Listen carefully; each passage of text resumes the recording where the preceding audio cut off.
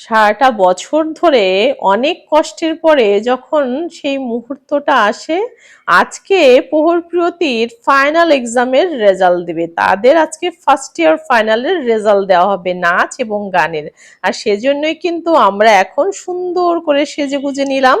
আর এর মধ্যে আমরা চলে এসেছি। যাই হোক, সবকিছুই কিন্তু ভালো লাগে, শুধু রিঅ্যাডমিশনটা করাতে ভালো লাগে না। কিচ্ছু করার নাই, কর্তৃপক্ষ যেটা আমাদের জন্য নির্ধারণ করে রেখেছে সেটা তো কন্টিনিউ করতে হলে করতেই হবে।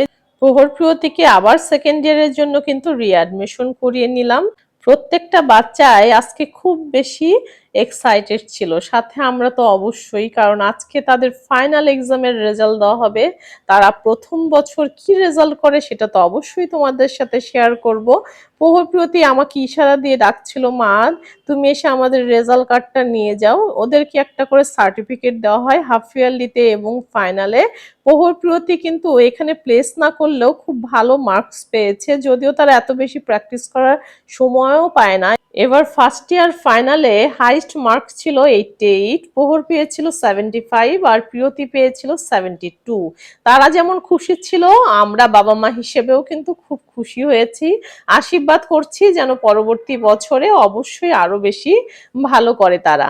শুক্র শনিবার মানেই কিন্তু একটু সুযোগ হয় আমাদের বিশ্রাম করার, কিন্তু সেই সুযোগকে হারাম করে আমি আমার বাচ্চাদেরকে নিয়ে প্রতি শুক্র শনিবারে এভাবে কিন্তু বাইরে ছুটি।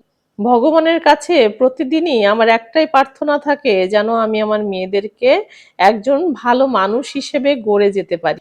তবে এর মানে এই না যে তোমাকে কেউ অসম্মান করলে, তোমার অধিকার কেউ কেড়ে নিতে চাইলে তুমি সেটাকে ছাড় দিবে, এটা আমি কখনোই শেখাবো না। আমি আমার মেয়েদেরকে সবসময় বলি যে আমি যেটা করতে পারি নাই তোমরা সেটা করবা।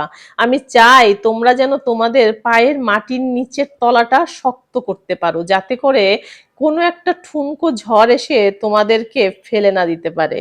গানের ক্লাসে এসে তো দেখি মিস নাই, তাই তো আমরা সবাই মিলে চলে এসেছি মিসের কাছে, একদম অফিসে। এখানে মিস কিন্তু অপেক্ষা করছিল, যদিও আজকে গানের ক্লাসের উপস্থিতি খুবই কম ছিল। মিস কিন্তু রেজাল্ট দেওয়ার জন্য সবার জন্য অপেক্ষা করছিল। এবছরের সবচেয়ে মজার বিষয় যেটা ছিল সেটা হচ্ছে প্রহরপ্রিয়তি গানের সেম নাম্বারটা পেয়েছে এবং তারা দুজনেই গানে কিন্তু দ্বিতীয় স্থান দখল করেছে।